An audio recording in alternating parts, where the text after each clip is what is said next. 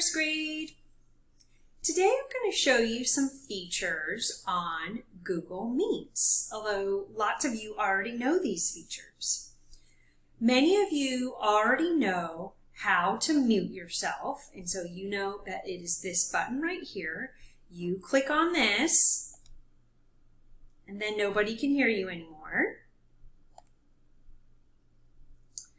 This is the turn off camera. That's a feature we usually don't use because we like to see your faces, so it helps us be better teachers if we can see if you're understanding what's going on. Of course, the middle button here, that's when you leave a call, that's when you hang up. There's another feature over here, it's called Turn On Captions. And the cool thing about it, when you click on it, look at that. Words start popping up. So it takes what I'm saying and it puts it into words. So it's basically forcing you to read. Another button is the Present Now button.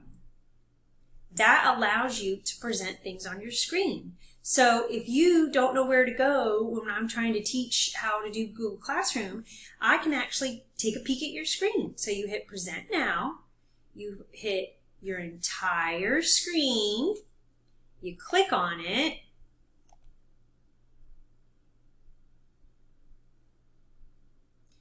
and now you're sharing what's on your screen. Miss Conley doesn't have anything right now, although I could click on something and I would share something.